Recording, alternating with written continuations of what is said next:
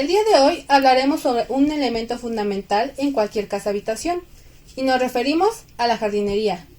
Nos acompaña Constructeca, una empresa formada por ingenieros arquitectos egresados de la ESTE Camachalco, del Instituto Politécnico Nacional. Soy la reportera Neira y me acompaña el reportero Sánchez. Y vamos directo a la información con Mico. Hola amiguitos, soy Mico y hoy les hablaré sobre los tipos de jardines que existen alrededor de todo el mundo y cuáles son sus principales características y o definiciones de cada uno de ellos. Soy Mico, su presentador.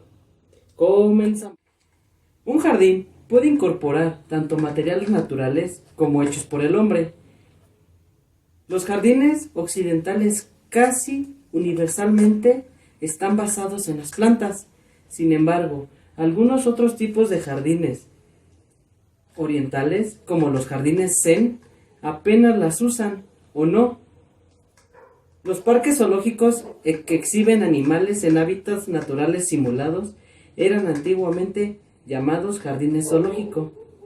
La jardinería es el arte de crear estos espacios y acomodar a la arquitectura, puesto que son un complemento en los edificios e incluso a menudo tienen construcciones en su diseño. Los jardines consisten en sus condiciones naturales y materiales y minerales son el suelo, las rocas, la luz, el viento, el agua u otras fuentes de aire, la contaminación, proximidad al océano, las plantas. Los elementos construidos son los parterres. Un parterre es un diseño de jardín formal, un jardín a nivel de la superficie del terreno, que consiste en plantar los hechos de flores o de hierbas delimitados por arietes de las plantas parterres o por piedras afiladas. Muchas veces los jardines tienen senderos, estanques, que son los jardines acuáticos u otros elementos como semejanzas de drenajes.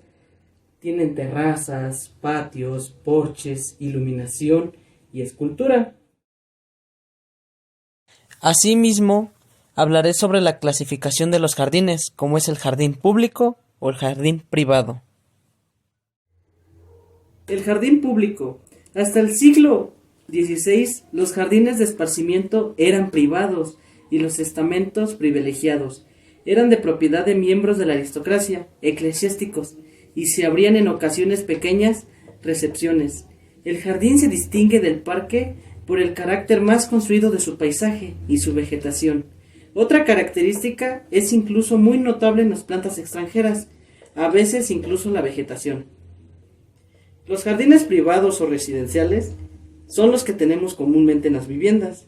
En él cada uno decidirá el emplazamiento de los elementos y de las plantas de la decoración de esta para hacer una decoración privada.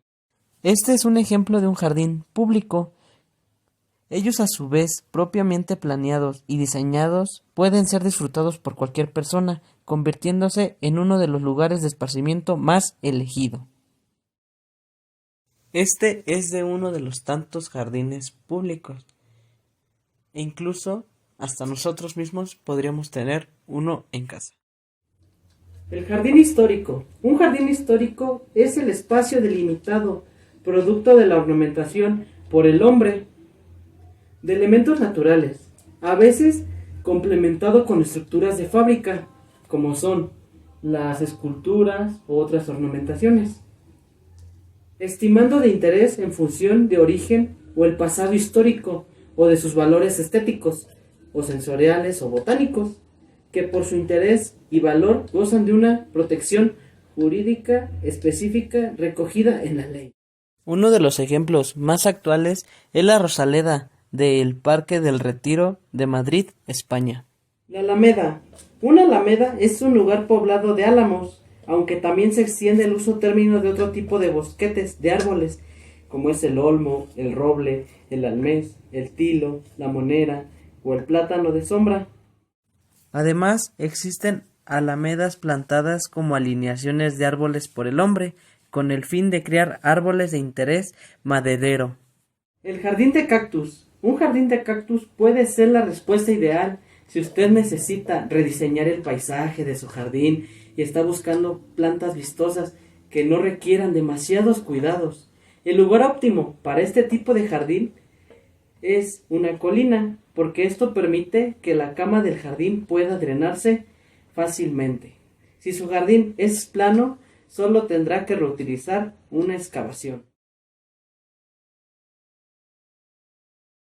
Un jardín de lechos. Un jardín de lechos es, en general, un jardín donde casi el 100% de las plantas utilizadas son diversas de especies de lechos. En tanto, el tipo de suelo, abono, clima y todo lo referente a la creación del jardín está basado en la germinación y el crecimiento del desarrollo de plantas del género Tracherophyta. Estos tipos de jardín son especiales para la creación de escenarios que limiten bosques tropicales o templados. Los jardines de lechos proveen grandes beneficios al medio ambiente, como por ejemplo la captación del CO2 en el aire y la limpieza de agua potable. El xerojardín es casi similar al jardín de los cactus, a excepción de que estas son plantas completamente áridas, es decir, que no necesitan agua. La xerojardenia se basa en un conjunto de técnicas que tratan de crear jardines que requieran poco riego. Esto es, con poca necesidad de agua y con un mantenimiento básico que emplee pocos recursos naturales. Pudimos escuchar, el jardín es de bajo consumo de agua. Existe una gran infinidad de especies y diseños muy atractivos para este jardín. El jardín herbal, también llamado jardín herbario, hace referencia a un lugar y espacio determinado que se utiliza con el fin de sembrar ciertas plantas para conocer todo acerca de ellas. La mayoría de las hierbas ahí se plantan y se utilizan con fines medicinales, terapéuticos, creativos, y también en ocasiones puede plantarse albahaca, cilantro, orégano, entre otros. Jardín de rosas o rosaleda. Se le llama rosaleda o rosal al jardín especializado en exhibir exclusivamente especies de variedades del género de la rosa. Hay rosaledas de exhibición en numerosos jardines públicos donde se organizan anualmente concursos de nuevas variedades, entre ellos los horticultores del país a nivel internacional, y hay también rosaledas de conservatorio donde se preservan especies silvestres y se encuentran localizadas en jardines botánicos. Jardín alpino o rocala. Una rocala, palabra proveniente del francés rocalier, es un tipo peculiar de jardín, caracterizado por la decoración del estilo rústico con plantas de origen alpino o plantas residentes a la sequía, al que se crían en terrenos pobres y secos. Las plantas se sitúan entre grava, conchas, piedra o naturales y artificiales, que sirven de ornamento. En ocasiones se añaden como elementos decorativos algunas fuentes o grutas. Existe una variante más especializada de la rocala, que es el alpinum. La rocala se caracteriza en general por terreno con buen drenaje y la propodencia de grandes piedras formando desniveles, con gravas y piedras más pequeñas formando un roquedal, de ahí el nombre. La rocala ideal debe formar una pendiente no muy pronunciada, una orientación sur-oeste o suroeste. Preferentemente, su diseño está enfocado a presentar las mejores condiciones de cultivo para las plantas alpinas o las llamadas plantas rupícolas. Muy bien, amiguitos, de mi parte esto sería todo. Muchas gracias, soy Mico y les agradezco. Vamos ahora con Jorge, quien nos tiene un reporte especial. Bueno, yo los voy a guiar en un recorrido a través del desarrollo de los jardines en la historia. Veremos cómo distintas culturas en determinadas regiones adaptaron el concepto de jardín y el respectivo uso que se le dio. El jardín o la zona jardinada debió correr parejo a la aparición de la agricultura, allá en la Edad Neolítica. El hombre paulatinamente abandonó su forma de vida nómada y pasó a construir sus propias viviendas, con la idea de habitarlas, permanentemente dando lugar al sedentarismo. Los materiales usados para construir los herramientas, ya sean agrarios o ganaderos, debieron ser principalmente de maderas y matas espontáneas más o menos resistentes. Partiendo en Mesopotamia, se dan uno de los primeros casos de jardines magníficos, los llamados pensiles o jardines colgantes de Babilonia, considerados como la segunda de las maravillas de la civilización antigua. Basándose en descripciones, se asume que eran grandes torres en forma de pirámides escalonadas, coronadas con vegetación abundante y unidas entre ellas por paisajes en diferentes alturas rellenadas de plantas que juegan al vacío. Por restos encontrados también se constata que la jardinería urbana estaba muy presente con árboles en las avenidas para dar sombra y plantas de ornamento para decorar las calles. Por su parte, en Egipto, la franja del cultivo del Valle del Nilo representaba un área de campo fértil y húmedo. Esta exuberante vegetación fue uno de los mayores atractivos para las casas y templos, a menudo acompañados con un pozo o estanque. Existían jardines con diversas finalidades, ya sean estéticos, medicinales, alimentación, culto, pero sobre todo para ofrecer sombra y frescor. Estos espacios probablemente se llenaron de peces y servían de refugio a las plantas acuáticas. Incluso los lugares más humildes tenían huertos jardín cerca, o pequeños rincones con flores, o solamente macetas o recipientes en el patio que llenaban de flores. En la antigua Persia había unos jardines paraíso, de solaz y recreo, de superficie cuadrada y cerrados empleando una red de riego. La cruz filar correspondía a los 4 ríos, Tigris, Éufrates, Gihón y Pisón, de carácter sacro, dado los cuales eran los responsables de la fertilidad de la región. Desplazándonos a Grecia, la jardinería se destacó por su interés práctico de proporcionar fruta o verdura, plantas aromáticas para utilizarlas en la cocina o para fines de un concepto religioso y funerario. Por ello dedicaban su uso preferiblemente al culto. Generalmente los griegos no eran partidarios de proyectar y desarrollar jardines, sino que eran más amantes de la naturaleza libre. Avanzando al Imperio Romano, ellos desarrollaron un tipo de jardín acondicionado al funcionamiento de la casa. Los espacios abiertos eran reducidos y a ellos se accedía por medio de pórticos. La ausencia de jardín se suplía mediante mosaicos en el suelo y frescos en las paredes. Después evolucionó lentamente hasta la creación de imitaciones silvestres dentro de las viviendas mediante la introducción de fuentes, cestas, entre otros. Dando un salto a China, el jardín obedece a la proyección de un concepto filosófico que tiene su base en el Tao. El Tao es una filosofía oriental muy antigua, que promulga la existencia de un principio ordenador y unificador en el universo. El jardín es el lugar ideal para el aislamiento y la contemplación de los elementos indispensables del taoísmo, el agua y la tierra. A través de los senderos, agua en movimiento, pequeñas islas, puentes de madera y kioscos. A la vez, árboles, plantas y flores ocupan espacios específicamente estudiados para que produzcan los efectos y coloridos deseados, según sea la época del año. En el jardín japonés, estos están estrechamente ligados a la arquitectura de sus casas, conectando fuertemente con su amor a la naturaleza. En estos jardines se copia la naturaleza, las rocas, la arena, el mar, los ríos y lagos. Todo es tan importante como las plantas, una madera, un hierro, una roca y una valla, donde todo otorga estabilidad al cuerpo y la mente. En el jardín clásico musulmán es cerrado al exterior y carece de panorámicas interiores, pues persigue el aislamiento, la intimidad y el recreo de los sentidos, empleando en ellos el elemento agua y plantas aromáticas como el azahar, el jazmín y la lavanda. Avanzando a la Edad Media, la jardinería recoge la tradición romana. Estaría principalmente desarrollado en los castillos, donde hace aparición el laberinto trazado con setos, y en los monasterios, donde junto con un lugar específico para frutales y hortalizas para el propio abastecimiento, existe otro para el cultivo de plantas medicinales, este último conocido como herbolario. Se realizan además los primeros manuales que detallan los cuidados necesarios para mantener el jardín. Por su parte, en Francia, durante la era barroca, la jardinería tuvo un amplio desarrollo, tanto técnico como teórico, y evolucionó desde la simple adecuación de lo natural verde hasta elevados grados de diseño y planificación. La jardinería se elevó en esta época a un arte de pleno derecho, casi asociados a la figura del arquitecto, por cuanto su diseño conllevaba un elaborado proyecto racional y profesionalizado.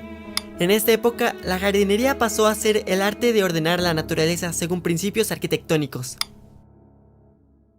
Concluyendo con Inglaterra, ahí no se adaptó la influyente moda del jardín francés, que se hicieron en Austria, Alemania y España. En el siglo XVIII, el arquitecto y pintor William Kent comenzó a proyectar jardines que se basaban en conceptos muy diferentes, retomando a las formas naturales donde la fantasía y la sensibilidad melódica llegaban a ser extrema en una especie de anticipación del romanticismo. Se incorporaba masas boscosas, grutas, arbustos rebosantes de flores, colinas artificiales y juegos de sombras, todo ello en aparente anarquía. Los jardines rompen con las simetrías, se conjuntan con la naturaleza, se saca partido a las particularidades del terreno como montículos, llanos, muchas veces atenuando las brusquedades del suelo, corrigiendo muy discretamente mediante plantaciones arbolarias y obstrucciones que se integran en un principio al paisaje. Algunas veces se incluían elementos exóticos de paisajes lejanos. Podemos notar que la jardinería tuvo una constante evolución a través de los años. Cada región le dio un uso específico. Y al final sigue siendo así hasta nuestros días. Empleamos la jardinería como un método decorativo o como un fin específico, ya sea la misma región o ya sea la misma percepción que se tenga del jardín.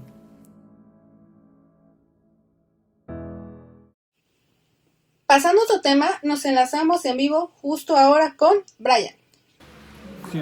Hola, ¿qué tal? Me presento. Soy el ingeniero arquitecto Brian Medina y hoy les voy a hablar sobre los jardines y sus características. Los estilos de jardines son tantos como culturas y lugares que hay en el mundo, pero de forma muy generalizada podemos hablar de el jardín mediterráneo. Este estilo, marcado por el clima árido que genera entornos de la gran belleza a base de materiales propios de la región, como piedras y vegetación, resistencia a la sequía. Muros de piedra de color claro, agua en movimiento y flores en vivos colores. Todo ello es un toque minimalista que representa lo más típico de los jardines españoles, franceses y de la zona italiana de la Toscana. Otro tipo de jardín es el jardín clásico, románico o continental. Son jardines de grandes extensiones donde el control de la mano del hombre es tangible en los lineales de setos recortables y del césped perfectamente segado. Son jardines geométricos de líneas rectas con colores pasteles y multitud de tonalidades de verde. Los tenedores son de arena o grava y en ellos se ubican esculturas clásicas o macetas de barro. Son jardines con especial esplendor en la época otoñal. Buen ejemplo de ellos son los jardines franceses o ingleses. Los jardines tropicales son jardines propios de las zonas más exóticas del planeta, donde las condiciones climáticas de temperatura y humedad constante permiten su desarrollo. Los protagonistas son especies tropicales y exóticas, así como vegetación abundante. El tipo de plantas que hay, estos jardines no requieren cuidados excesivos, ya que pretenden simular la frondosidad y desorden de áreas selváticas. Tan solo deberán podarse de especies como molesten. Si no se da el caso, se dejará crecer naturalmente. Fuera de su entorno se recomienda la construcción de estanques o cascadas con rocas típicas de la zona, aprovechando o creando desniveles que aporten el nivel de humedad ambiental de su diversa vegetal. Las palmeras, las plantas trepadoras, así como las especies de hojas muy grandes, son las protagonistas de este tipo de jardín. Otro estilo de jardín o tipo de jardín como lo conocemos es el jardín Feng Shui, de procedencia china. Supone un estudio de energías transmitidas entre la naturaleza y el hombre. Se trata de espacios reducidos, relajantes, equilibrados y de formas circulares u ondulares. El arte del Feng Shui, cuyo significado es viento y agua, huye del exceso de detalles y de obtención utilizando elementos de composición tales como rocas, plantas, esculturas, paredes, macetas y elementos con agua y adornados. Otro estilo de jardín es el jardín japonés. Este jardín son uno de los elementos arquitectónicos más famosos de la humanidad.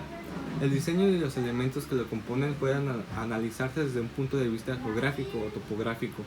Así, el paisaje del jardín representa un archipiélago de islas ubicadas en su mayoría alrededor del mar interior de Seto. El jardín japonés también representa el cosmos, lugar central de importancia en la región sintoísta. Un gran vacío equivale al mar, repleto de cuerpos celestes, que son las islas. Las rocas son las estrellas de estos jardines y representan a las montañas o a las islas diversas en un vacío que remeda el mar. Las más usadas son las de origen volcánico, principalmente las de basalto. El jardín de estilo japonés se caracteriza por estar cerrado como si estuviera aislado del mundo que lo rodea, y dentro de él se creará otro repleto de tranquilidad y serenidad. Para ellos puedes utilizar láminas de bambú, cañizas o setos, entre otros materiales. Otro tipo de jardín es el jardín árabe.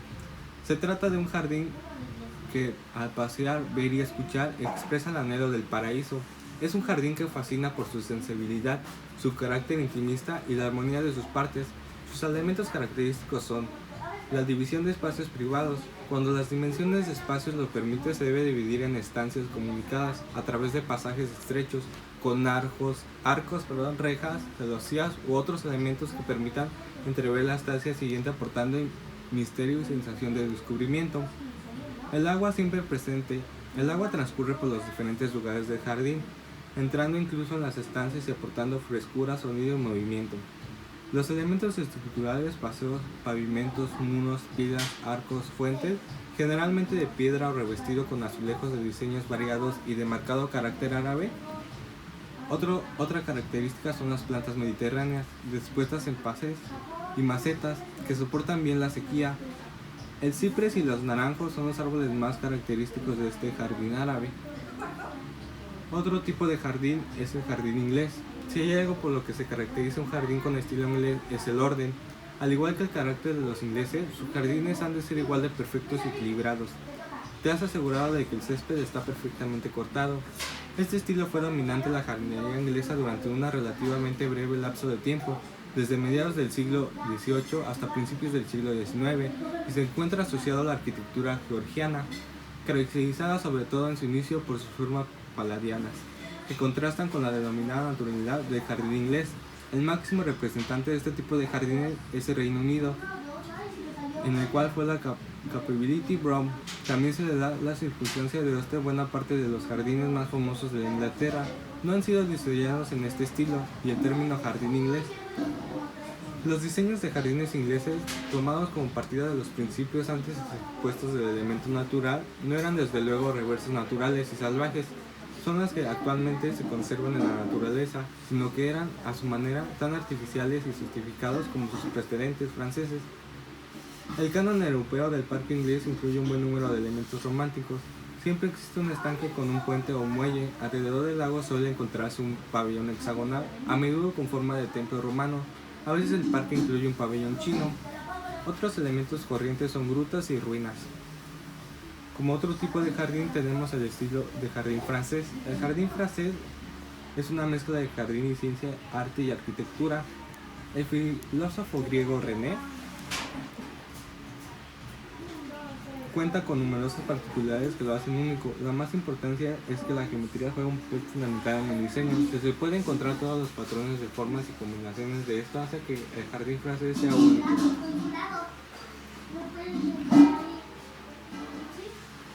Balcón. La mayoría de los paisajistas diseñan jardines franceses en el terreno llano, en la parte frontal, y se amplía por dentro del edificio o casa. Un balcón es un prerequisito situado en el centro, donde se puede ver la inmunidad de la prevención del jardín a vista de pájaro. Es el balcón donde la mayor parte de la presentación cobra vida. Directamente opuesta al balcón se sitúa el eje central, con una altura que se mezcla con los límites externos del jardín. Existe un eje central o una estatua o una fuente prevista. Cualquier otra característica del jardín rodea este eje central. Las fuentes y las aguas en los jardines franceses tienen cuerpos ubicados alrededor del jardín. El resto de los participantes del jardín se planifican alrededor de estos cuerpos de agua. El jardín islámico se desarrolla en el serrano y mediante en los territorios ocupados por los árabes en la cuenca mediterránea. Parte intrínseca de la cultura islámica, el jardín ha estado bien representado en la pintura y en las miniaturas. El jardín islámico llama a todos los sentidos, el moteado a la cerámica, el perfume de las flores, el murmullo del viento, del agua, los cantos de los pájaros. Ofrece al espectador una visión de jardín celestial del que habla Mahoma. Los jardines del Islam han tenido que adaptarse a difíciles condiciones climáticas para crear espacios naturales embellecidos con las plantas del sur. Los espacios abiertos son pocos comunes, al igual que los caminos descubiertos, muy expuestos. La escasez de agua, la permanente isolación, lleva a un tipo particular de desarrollo de los jardines. El nivel de la sombra también es muy importante. El nivel de las plantas con flores también son muy importantes y el nivel del agua es otro de las principales características de este tipo de jardín. Bien, pues ahora ya tienen un poco de tip para poder realizar cualquiera de estos estilos de jardines. Muchas gracias. Vamos a ver la siguiente nota que nos preparó Didi Carlos. Saludos hasta el estudio, Karen. Me encuentro en Jojutla, Morelos, con la ingeniero arquitecto Mariana Ortiz, experta en plantas y jardines. Buenos días, ingeniera. Hola Carlos, buenos días. Comencemos con la entrevista, ¿le parece? ¿Cómo podemos definir lo que es el pasto? Es una hierba que recibe ese nombre, pasto, un alimento silvestre para los animales y de embellecimiento para los jardines, donde se le nombra como césped al tener un fin decorativo en jardines públicos, así como en casas y muy habitualmente también para la práctica de deportes. Como cualquier planta, nace de su raíz y crece en sus tallos o espolones, en tanto la parte mínima bajo tierra se le denomina porta injerto, y justo arriba está la corona, donde se da brote de nuevas hojas. Ah, por cierto, en los parques o casas, si se deja de podar, deja ver su flor al pasar a estado silvestre. Como experta que es, ingeniera, dígame, ¿cuál es el uso adecuado? Eso es muy importante. Si lo queremos para uso decorativo, debemos elegir variedades de hoja muy fina, tupida, densa. Pero ojo, no es un césped para ser pisado con frecuencia, o mejor dicho, casi nunca, y requiere mucho cuidado. Hay que regarlo todas las semanas y las semillas son más caras. El césped ideal para uso ornamental es el de las variedades Festuca ruba, Agrostis, Stolonifera, Dichondra repens y Ryegrass. Este último, el clásico y tan alabado césped inglés. El de uso deportivo es hermoso, pero no tanto como el de los jardines decorativos. Lo bueno que tiene es que se disfruta no solo con la vista, sino que resiste lo que queremos hacer con él, correr, brincar, o bien está el de uso rudo o lúdico, muy adecuado para donde hay albercas, y sus variedades son más resistentes a las plagas, el gran enemigo del jardín. Además de que no requiere dedicarle tanto tiempo, incluso en época de invierno o de sequía. Por lo tanto, la elección del césped dependerá de el clima donde vivamos, el uso que le vayamos a dar, el tipo de suelo que tengamos, la cantidad de sol o sombra que le vaya a dar, el cuidado y tiempo que le queramos dedicar. ¿Qué variedades y tipos de césped más comunes existen? A ver si consigo explicarme, porque tipos de césped hay miles, pero en sí se definen en dos, los de climas cálidos, que suelen tener hoja gruesa, y los de climas fríos y no tan fríos, de hoja fina. En los cálidos tenemos el bermuda, o de gama fina, el más usado en jardines privados, parques públicos e incluso en estadios de fútbol. Muy resistente al calor y sequías, pero muy poco a las heladas. Tenemos también el Bahía Grass, de hoja gruesa y verde oscuro, que no necesita de mucho riego y tampoco un suelo con buena fertilización, a lo que la sombra la tolera bien. Se usa para estabilizar suelos. Otra es la Kikuyu, muy rugoso y de hoja ancha, muy frecuente en jardines de la costa mediterránea, ya que aguanta climas salados, calor y sequía, pero crece muy rápido y se debe estar podando seguido. En el caso de la dichondra es perenne, se desarrolla en ambientes húmedos y oscuros, es decir, tolera el mayor déficit lumínico, aunque es muy delicado y de riego abundante, pero tiene la ventaja que no es necesaria la fumigación, pues por la poca luz de su hábitat la maleza es mínima. A la grama brasileña se le dice rastrera y forma una especie de colchón tupido gracias a su textura gruesa y espesa, lo que favorece su uso rudo, adaptación a climas cálidos e impide que crezca la maleza, como ya lo habíamos mencionado, por lo que requiere poca fumigación, pero requiere mucho riego en tipo de sequía. Por su parte, la Cynodon dactylon es de sol, calor y luz, así que si la temperatura baja de 10 grados centígrados, detiene su crecimiento y se amarillenta, pero con el buen tiempo rebrota, además de tolerar la sombra y la sequía, así como los suelos más pobres. En época de lluvias debe podarse seguido. ¿Y para climas fríos? Tenemos la Agrostis, usada en los campos de golf, por su capacidad de soportar cortes muy bajos y tener un aspecto de tapete. Es un césped muy fino, que soporta climas extremos. De la festuca su variedad arundinacea es un césped de color verde, oscuro, muy resistente a enfermedades, a temperaturas frías, calurosas y requiere poca agua y mínimo del mantenimiento. Otra opción es la ryegrass. Crece rápido y se usa para regenerar zonas áridas. Su hoja es fina, densa y color verde brillante. Resiste frío y calor, pero no las sequías. Se utiliza como forraje por calidad nutricional. Ingeniera, por favor, menciónenos un poco sobre los tipos de césped para piscinas, ya que me imagino que son los más vendidos. Podemos elegir entre césped artificial o natural. El artificial es por comodidad, pero pierde en cuanto al tacto, color y olor. Genera calor y es cúmulo de bacterias. A diferencia, el natural es todo lo contrario, y su contra es que requiere mantenimiento. En este último caso debe ser resistente a pisadas, al cloro, inclemencias del tiempo y grato al tacto, pero desafortunadamente no existe esa variedad, por lo que lo mejor es una selección de semillas. Y mi recomendación es Agrostis tenuis, Festuca, Poa pratensis y ryegrass. ¿Y qué mezcla de semillas debemos elegir para que esté verde todo el año? No es algo fácil, tenemos que dedicar tiempo y dependerá de la calidad del suelo y la cantidad de veces que podemos el césped, pero la que yo puedo recomendar es ryegrass 40%, Cynodon dactylon 30%, Poa pratensis 20% y Festuca al 10% respectivamente. Esta combinación de semillas es resistente al calor y ambientes salinos de la costa. ¿Y cuáles son los cuidados necesarios que se debe tener? El que está a la sombra requiere menos riego que otro que está en pleno sol y expuesto a vientos fuertes y secos.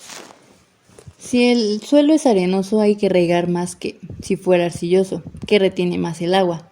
Pero ojo, debes evitar regar cuando hay más sol y calor. Se debe hacer al amanecer, atardecer o por la noche. Y para podar mi recomendación es en verano una vez por semana, en invierno una vez al mes y en primavera y otoño 2 o 3 veces al mes. Además, se tiene que abonar al menos una vez al año, siempre después de podarlo. Y otro punto en cuanto al cuidado es el aireado y escarificado del césped. El primero consiste en pinchar la tierra haciéndole muchos agujeritos de al menos 10 centímetros.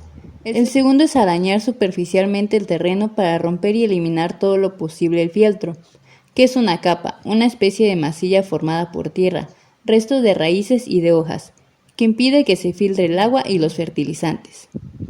El escarificado hay que hacerlo en primavera y otoño, en tanto el aireado es menos necesario, pero hacer uno cada 2 o 3 años.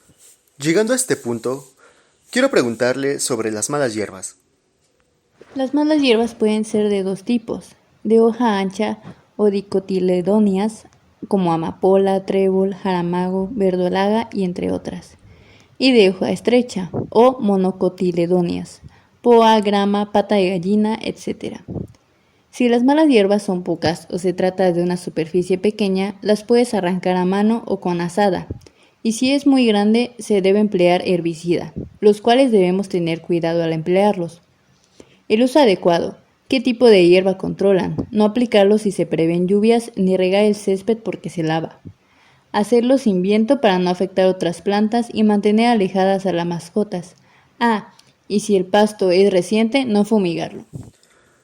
Y para el control de plagas, enfermedades y otros problemas, ¿qué debemos de hacer? Para prevenir males en el césped, mantenerlo bien cultivado para que sea fuerte. Riego sin exceso ni defecto, fertilización equilibrada, eliminación del fieltro haciendo escarafiados y aireados todos los años, etc. Las plagas más comunes son las de gusano del suelo, grillo topo, topos y típulas, así como diversas variedades de hongos.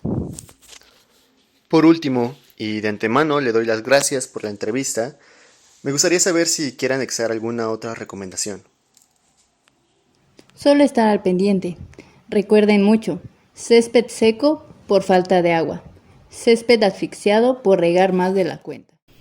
Ahora les presento la siguiente investigación realizada por Juan Molina y Lisbeth.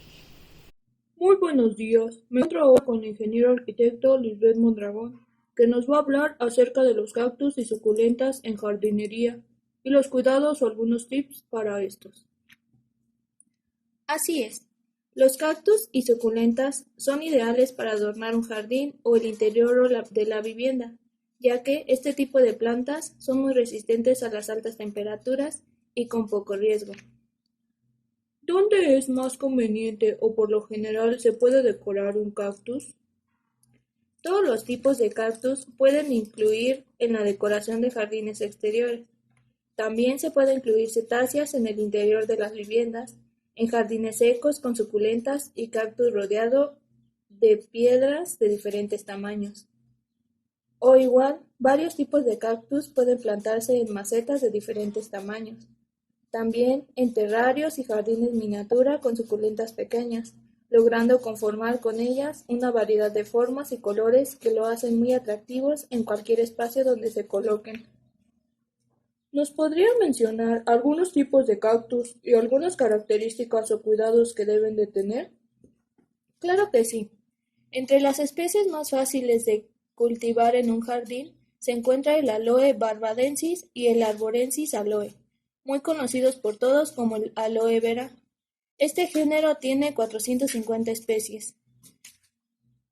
Con espigas de flores de color amarillo-rojo, es una ganancia para el que decida tenerla en su jardín, ya sea sembrada en tierra o en macetas. Otro tipo es el oro volar o cactus barril de oro. Este es uno de los más utilizados en los jardines como planta ornamental. Este tipo de cactus puede alcanzar hasta 1 metro de diámetro, manteniendo su forma de bola perfecta sin disimular su belleza. En el diseño de jardines se puede colocar solo o formando parte de un conjunto con otros cactus o plantas suculentas. Lo importante en un diseño con cactus es que las plantas que se siembren en un conjunto con ellos tengan las mismas necesidades de riego, ya que esta es una condición importante para su mantenimiento. Entonces, ¿no podemos juntar una planta que ocupe mucha agua con este tipo de plantas? Exacto.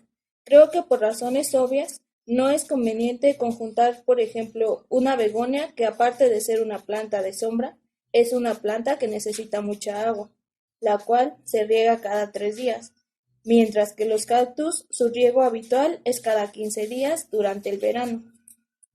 Si se necesita o requiere tener variedad de familias de plantas en un jardín, lo más conveniente es separarlas mediante macetas. Muy buen consejo, ingeniero. ¿Algún otro consejo en general que nos quiera otorgar a todos tus oyentes? Bueno, algunos consejos en general para sus cuidados son, como ya lo había mencionado, su riego en verano es cada 15 días, mientras que en invierno disminuye a cada 2 o 3 veces por mes.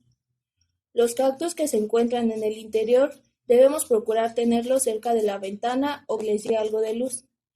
Cuando llegue primavera, lo que podemos hacer es sacarlos, pero de forma paulatina, ya que la exposición directa podría causarles quemaduras. Si se encuentran en el exterior, en zona fría durante el invierno, debemos de tratar de protegerlos, ya sea con una manta o ingresándolos dentro de la vivienda. El sustrato a utilizar debe ser de gran porosidad que facilite el drenaje y es necesario realizar cambio de sustrato cada 2 o 3 años. Ya lo escucharon, la belleza y la gran variedad de cactus y suculentas darán un toque especial a nuestra casa o jardín, poniéndonos las cosas fáciles, con poco mantenimiento y bajo consumo de agua. Fue Juan Molina para SA Noticias. Es todo por el momento y no se olviden de seguirnos en nuestras redes sociales. Búsquenos en YouTube, Facebook y Twitter como SA Noticias Oficiales. Soy el reportero Sánchez. Y yo, la reportera Neira. Y justo aquí y ahora está usted informado.